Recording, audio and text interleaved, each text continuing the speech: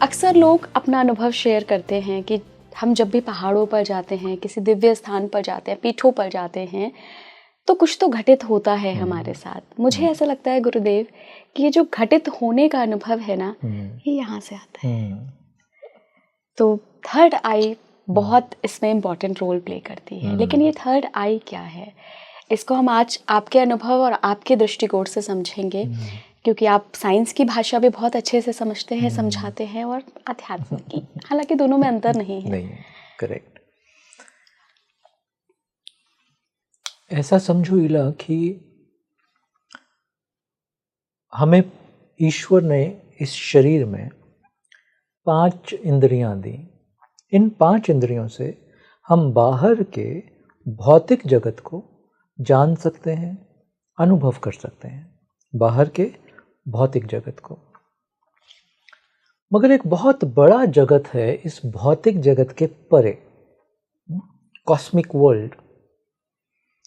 ये जो भौतिक जगत के परे का जगत है, रहस्यमयी जो जगत है, जो भौतिक जगत का आधार भी है, जो 5 इंद्रियां ना देख सकती हैं, समझ सकती हैं, ग्रहण नहीं कर सकती, वो मगर भौतिक जगत का आधार है, वो अदृश्य है।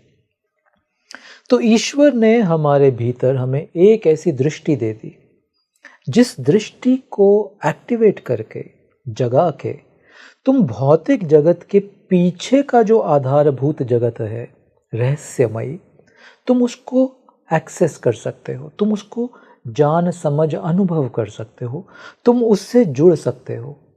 मैं बार बार एक शब्द यूज कर रहा हूं, ये वो जगत है इला जो भौतिक जगत का आधार है। भौतिक जगत के जो नियम है ना, जैसे गुरुत्वाकर्षण या ये सब नियम, उन सभी नियमों का आधार है ये जो पीछे छुपा हुआ एक जगत है। तो जैसे हमने कभी शिव की प्रतिमा देखी, उनमें थर्ड आई बनाते हैं, और शिव प्रतीक हैं उस अभौतिक जगत का। भौतिक जगत एक ऐसा समझ लो पूरे ब्रह्मांड में एक छोटा सा बिंदु जैसा। उसी एक बिंदु को आदमी सच मान रहा है, रियलिटी मान रहा है। उसके परे ये जो पूरा ब्रह्मांड है उसका हमें कोई पता नहीं। तो शिव में, क्योंकि शिव तो त्रिकालदर्शी हैं, त्रिकाल का मतलब होता है तीनों कालों के परे, और त्रिकाल का ये भी मतलब है भौतिक जगत की भौतिकता से भी परे।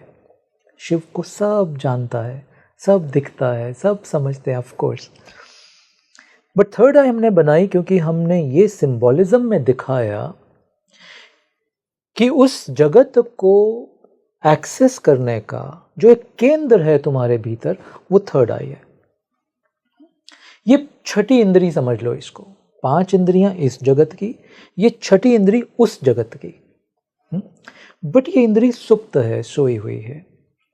अगर इसको थोड़ा विज्ञान की भाषा में हम बात करें, हमारे शरीर में ग्लैंड्स हैं जो इस शरीर को चलाते हैं। तो इस थर्ड आई यानी आज्ञा चक्र इसको बोलते हैं, इसके पीछे एक ग्लैंड है, उसको बोलते हैं पीनियल ग्लैंड। ये थर्ड आई जो पीनियल ग्लैंड से जुड़ी हुई है, आज्ञा चक्र पीनियल ग्लैंड जुड़ा। पीनियल ग्लैंड आज्ञा चक्र का ही बायोलॉजिकल बिंदु है, भौतिक बिंदु कह लो। ये पीनियल ग्लैंड या आज्ञा चक्र, अब मैं इन दोनों को एक ही संदर्भ में यूज करूंगा आगे। ये पीनियल ग्लैंड और आज्ञा चक्र जो है, ये ऐसा समझ लो हमारा एंटीना है।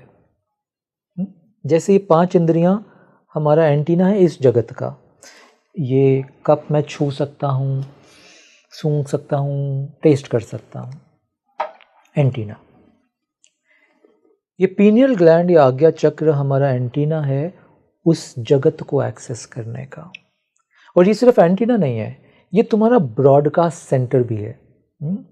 यहाँ से तुम सतत, वो तुमने साइंस फिक्शन मूवीज में देखा है ना कि पृथ्वी पे बैठे हुए साइंटिस्ट कोई मैसेज स्पेस में भेजते रहते हैं। yes. कि शायद वहाँ के जगत के लोग हमारा मैसेज सुन के हमसे कनेक्ट कर पाए। ब्रॉडकास्ट करते रहते हैं। तुम्हारा पीनियल ग्लैंड 24 घंटे कुछ ब्रॉडकास्ट कर रहा है उस जगत के लिए। कभी कभी वो ब्रॉडकास्ट वहाँ पहुँच जाता है चाहे अनचाहे कनेक्ट हो जाता है।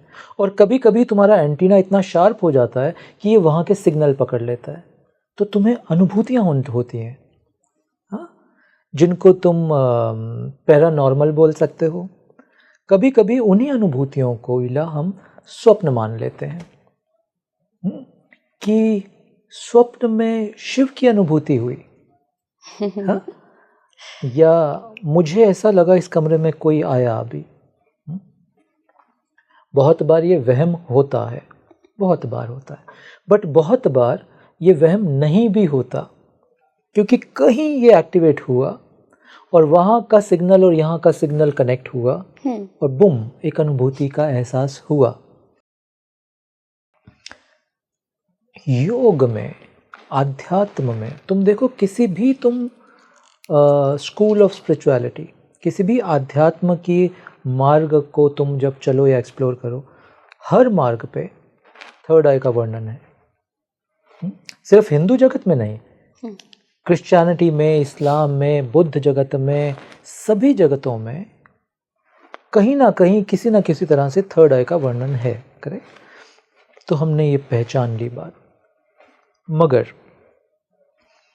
ना किसी स्कूल में, ना किसी कॉलेज में, ना तुम्हें किसी घर में ये बताया जाता है, ये सिखाया जाता है कि इस सेंटर को एक्टिवेट कैसे करना है। सही कह रहे हैं आप। क्योंकि देखो, जगत के कुछ नियम हैं।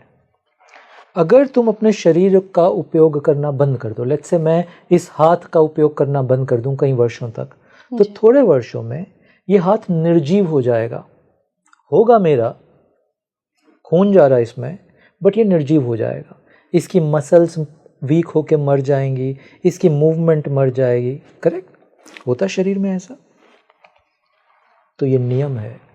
तुम अपने जिस केंद्र का इस्तेमाल नहीं करोगे, उस पे ऊर्जा नहीं लगाओगे, वो केंद्र थोड़े दिन में बंद हो जाएगा। तो जब तक हम इस द्वार को, इस थर्ड आई को खोलने का प्रयास नहीं करेंगे, क्योंकि हमने कभी ना ये प्रयास किया। एक और देखो अद्भुत घटना होती है, जब बच्चा पैदा होता है, अब हमारे साधक मित्र इस बात को समझ पाएंगे कि जो मैं बोल रहा हूँ वो तुम्हारा भी जीवंत अनुभव है। जब बच्चा पैदा होता है इला, तो ईश्वर, हमारा सारा सिस्टम एक्टिव होता है। बच्चा अपनी रीढ़ को जितना चाहे मोड़ लेता है, बड़े होके नहीं मोड़ पाते, तो उसका पूरा शरीर, उसका एक एक सेंटर एक्टिवेटेड होता है, तो उसका थर्ड आई सेंटर भी एक्टिवेटेड होता है। तभी बच्चे बहुत परसेप्टिव होते हैं।